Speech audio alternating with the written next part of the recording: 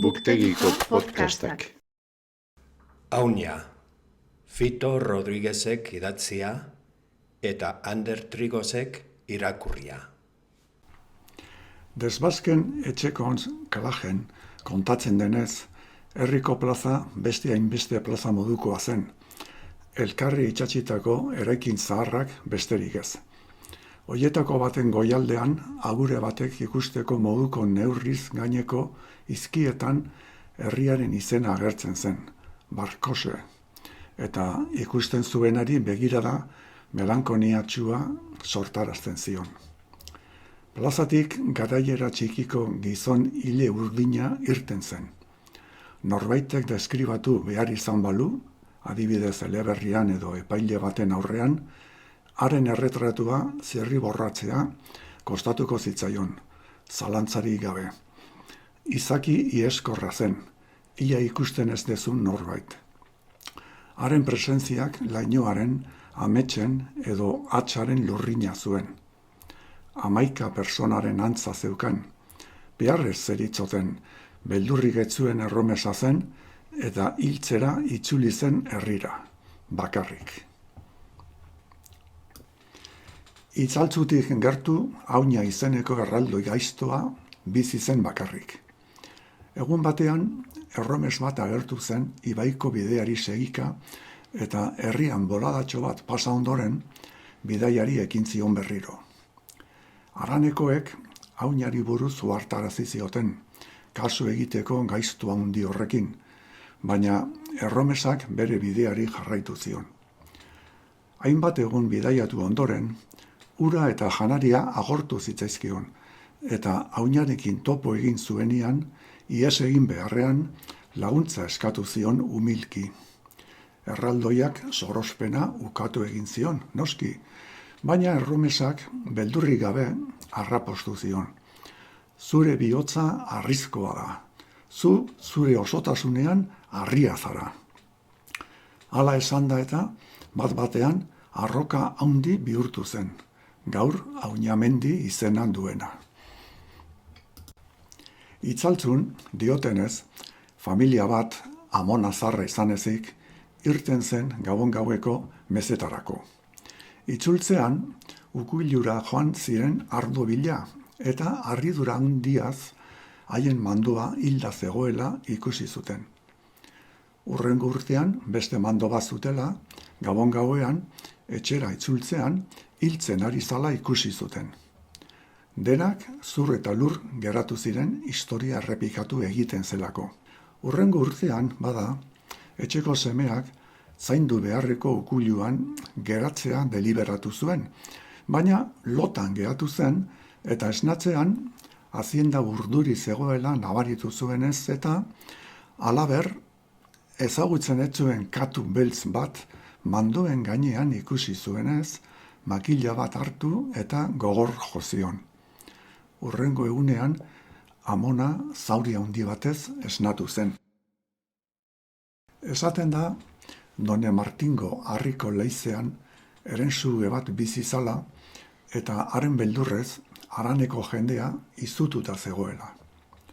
Otsagabian preso zegoen gazte bat karzelatu zuten sorginkeria leporatuta. Gazte hark tratu bat proposatu zuen. Beak dragoia akabatuz gero libre utziko zutela.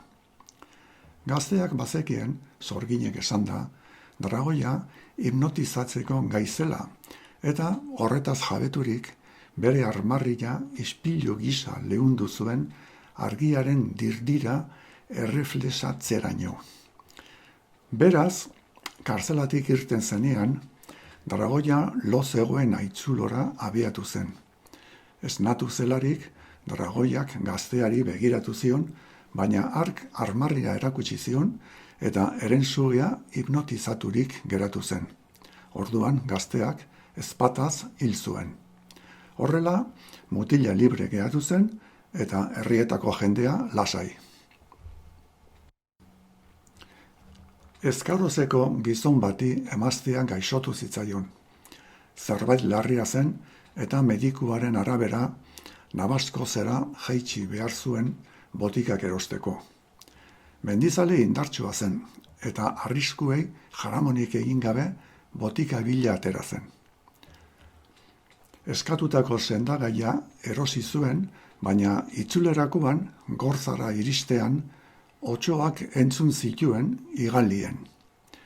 Dena oso azkar joan zen eta sasien artetik irteten, otsoak bere aurka oldartu ziren erasetatian. Gizona hartzen makilaz defendatu zen, eta berehala egin zien aurre, naiz eta eme batek sutsuki ekiten zion etengabe. Azkenian, piztiaz libratzeko gerrikoaz baliatu zen. Horrela, sartzera iritsi zen, hanketan hozka egiten zioan otso hura izutu ondoren. Eskarotzeko gizona bezain beldurtuta bintzat. Botika bila zebilen eskarozeko gizon bat sartzeko etxe batean ostatu hartu zuen eta berrindartu zen, baina nekearen kontra haren emazteari zion maitasunagatik jarraitu egin zuen bidean gauean. Denbora gutxian lasai ibili zen, baina espartza inguruan otsoak bere zain zeuden. Egur makila bat puskatu zuen haien aurkako borrokan, eta azkenik bere bufandaz baliatu behar izan zuen otsoei iskin egiteko. Mirariz, orantzera iritsi zen eta ahaide batzuen etxean hartu zuen babesa. Haien etxeko azpian, beheko larretan, eraikina inguratzen zuen zelai handian, gau osoan entzun zien otsoen goseak eragiten zituen uluak. Haietako bat, otso emea, gizonaren usaina omen zeukana, besteen artean jantzuten. Izaban diotenez, San Juan gau batean, duela asko, Mahoma gurtzen zutenak Nafarro batik kanpora joaten hasi zirenean, emakume musulman eder bezin lirein bat erronkaritin gora hasi zen iotzen, haranetik mendietara bere maitalearen bila, eta goian, haitz, arpe, muino eta infernuko errekastuen artean galdu zela. Harrezkero, handik ibiltzen omen da, dantzan eta aldakak mugituz, baina San Juan gauetan bakarrik agertu ohi da bere endoinu magikoaz eta guzti. Hala ere, jende denak ezin dute ikusi. Neska, Belabartzeko ur jauziaren eta Iboneko aitzuloaren artean bakarrik azaltzen da, eta gainera, arima aratz eta bihotz garbiko inguruko personek ere ikus dezakete soilik.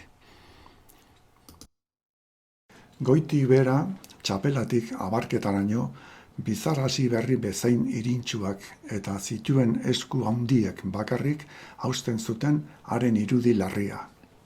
Bidezkatatik jaitsieretan irristatu egiten zen, eta horrek kulunka arritmikoa ematen zion bere ibilera pausatuari. Zakuto ondoan otsoaren azal odoltsua gurutzatuta zeraman. Erronkarira joaten zen, eta han abereak ustiatzen zituzten familiek oliotan edo ardotan ordaintzen zuten hildako otso hoietako bat ikusteagatik. Bat gutxiago hazienda mehatxatzen. Mendian bueltak ematen zituen, zuloetan otsokume ezkutuak aurkitzen ote zituen atzemateko. Gero, herrietatik erakusten zituen eta dirua eta janaria ematen zizkioten. Behin berau aurkitu zuten arroila estu batean hilik, eta inguruan otso saldoaren arrastoak zeuden.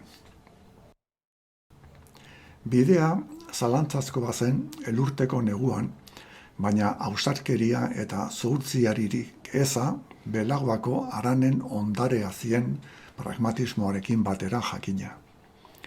Eutikio izeneko gizon galanta mandoarekin itzuli nahi zuen oinez Antxotik Izabara, eta arroaren beste aldean entzuten zien otsoak bezala hasi zen uluka denbora pasan eta izuari aurre egin nahian. Negukon gau hotza zen eta otsoak gozetuta zeuden oso. Denbora gutxi behar izan zuen Eutikiok zuritzara iristeko, baina muinoan berau eta mandoa geldiarazi zituzten otsoek bere uluei erantzunez. Zorionez, jadanik, gertu ikusten zan herria, eta hango txakurren zaunkek ahalbidetu zuten Eutikiok ara hiltzean hau dena konta zezan. Behin, neguan, oso larri ibili zen Izabako unai ezkongabe bat, belaguan hazienda bat zaintzen zuena. Bi etxeetako ahuntzak zituen gobernatzeko, eta behar bezala gordetzeko, bortuko igoeraren goiko aldean dagoen Joan Pitotik gertu egoten zen. Egun batean, lautadara jaitsi zen janari bila, eta itzultzean 8 saldo batek inguratu omen zuen. Haren laguntzaileak, bordan lehiorik etzegoela, makila bota behar izan zion tximiniatik. Horrela, defensa, azken pausoak eman ahal izan zituen txabolan gorde horretik bizia salbatuz, eta udaberrian hau dena kontatu ahal izateko eskubidea eskuratuz. Berarekin zegoen artzain txikiak, ordea, unai horrek etxeratu zenean, patxar usaia zekarrela zioen, eta ondoren zurrutari ekin ziola. Zuritza inguruan diotenez, piztia batek nekazari askoren heriotza ekarri zuen. Badirudi emakume eta haurren haragiarekiko nolabaiteko zaletasuna sentitzen zuela. Sarritan, hildakoek hortz handien arrastoak eta aginkadak izaten zituzten gorpu odoleztatuan. Hala ere, ez omen zuen batere interesik etxeetako abereekin. Bere jangai nagusia giza haragia omen zen. Biktima kopurua desberdina da oso erabilitako iturrien arabera. Hildakoak zintzur txikituekin aurkitu ohi zituzten eta odoletan blai. Piztiaren izaerari buruzko hipotesiak mota desberdinetakoak izan ziren. Otso erraldoia, animalia exotikoa, gizotsoa, baita serieko hiltzailea ere. Eta jendeak, oraindik orain, horretaz hitz egiten du. Denetatik pentsa daiteke, baina hipotesiek orain arte iraun egin dute. Erronkarin, emakume batek kontatzen zituen otsoen istorioak, eta hark aldi berean amonak kontatuta jaso zituen. Haren historikotasun ezaugarriak denboraren ardatzean kokatu behar dira. 19. mendeko desamortizazioak herrien berrantolaketak egin aurretik, eta frantsesekiko gerran Otsagabiko herria eta eliza kiskali arte zu hartu ondoren. Beldurra, izua, ikara eta sarraskiaren barne mintzoaren istorioak. Otso asko ikusi ziren Pirineotan mendez mende. Orain ezin da otsorik ikusi. Desagertu barren, neguko gauetan ahoz aho ibiltzen da herri kontakizunetan. Oso zaila izan da ordea hartza mendian ikustea, baina gaur egun mendiko jende artean bizi da. Kontatutako istorioen kontraesanak. Goiz euritsu eta ilun batean artzain zar batek pertsona guztien barruan gertatzen den borroka kontatu zion bilobari, eta honela esan zion. Entzun, gu guztion barruan otsoaren eta hartzaren arteko borroka izaten da beti bizitzan zehar.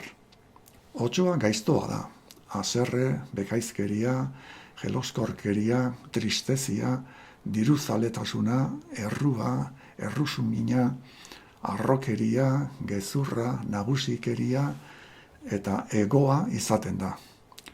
Bestea, hartza, berriz, ona da.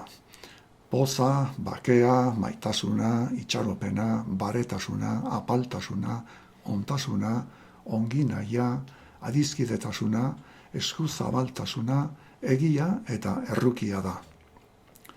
Bilobak tarte batez pentsatu zuen eta gero aitonari galdetu zion. Haien artean nork irabazi ohi du, otsoak edo hartzak? Zaharrak erantzun zion, erraza, mutiko, zuk elikatuko duzunak. Errege batek hartzak eizatzeko ohitura zuen etxo haranean, hantxe hazia eta hezia izan zelako. Diotenez, halako egun batean, hartz handi beldurgarri bat atera zitzaion aurrean, eta babeserako zaintzaile denak usatu zituen. Eskerrak erregea bertako hartzain batzuez baliatu zen piztia atzeratzeko. Etxe Arana markatuko zuen betiko gertaera horrek. Erregeak pribilegioak Aranari eman zizkion, eta benetako ehiztarien saldoa osatu zuen hango jendearekin. Ordutik ona, ehiztari hoien batzarra ekainaren 11an egiten da Santa Ana baselizan. Tradizio horretatik dator, Etxo herriko armarria, nun gerlari baten eta hartz baten borroka islatzen den.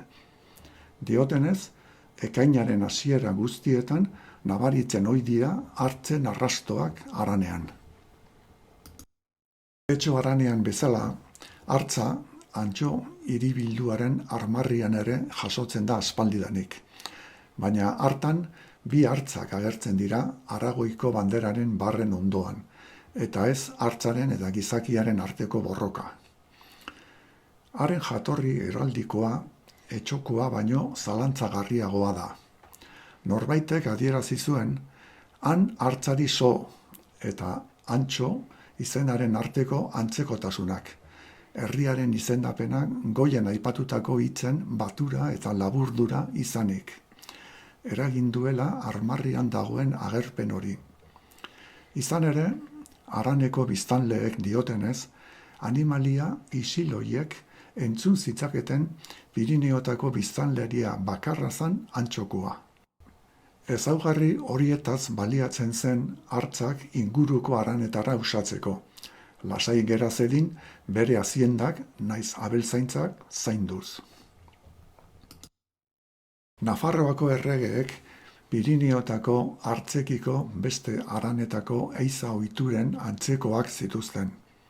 Ospetsua izan zen 1165 negu hura, nun ustez Antxo seigarrenak 14 hartz hil baitzituen apenas laguntzari gabe. Erdi Aroko ehiza praktika hori oso hedatua zegoen, eta haren berri toki askotan agertu ohi da.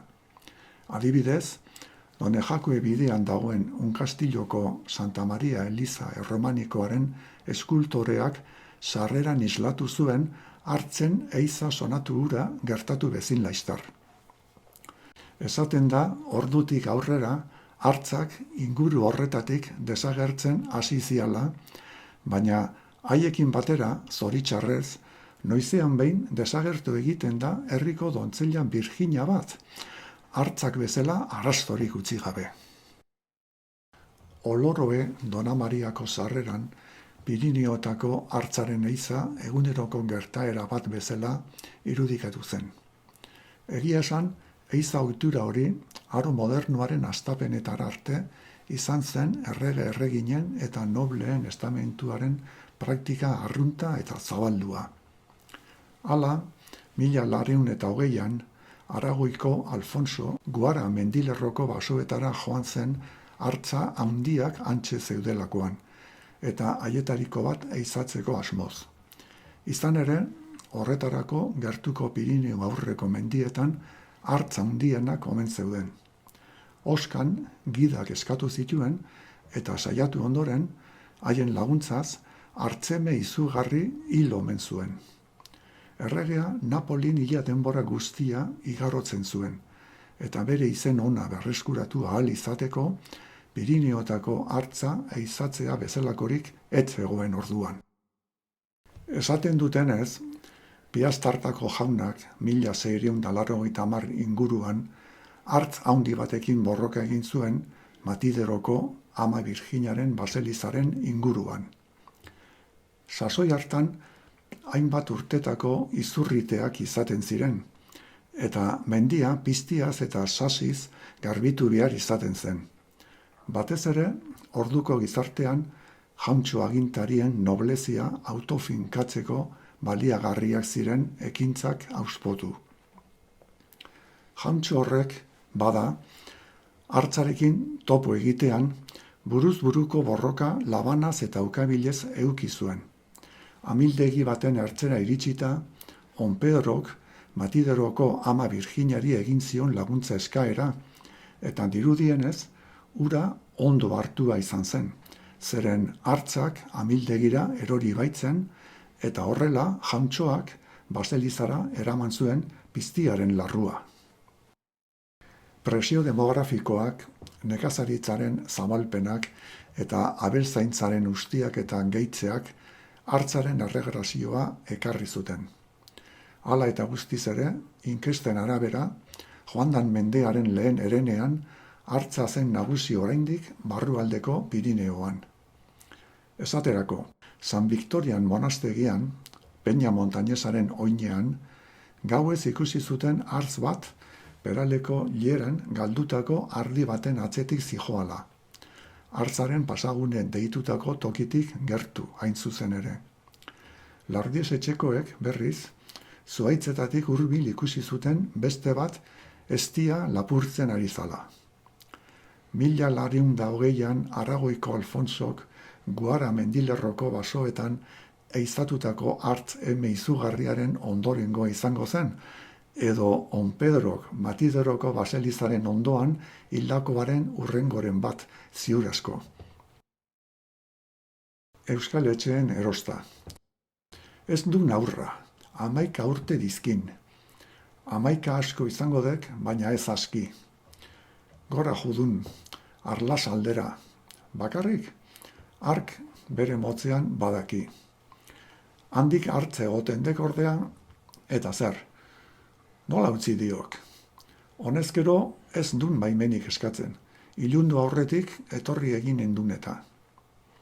Aizak, hemen ez dek lorik egin, abisu eman beharra zaok. Lasai, joango naun bila. Noa, muga aldera, eta beste aldean ere galdetuko dinat. Inork ez omen zegian fitxik, etzagon inon bere arrastorik. Joan adi berriz ere. Etzago gorrela desagertzerik. Aurkitu dinat bere arrastoa. Kartel honetan jartzen dik. Aurra salgai. Ez mesedez.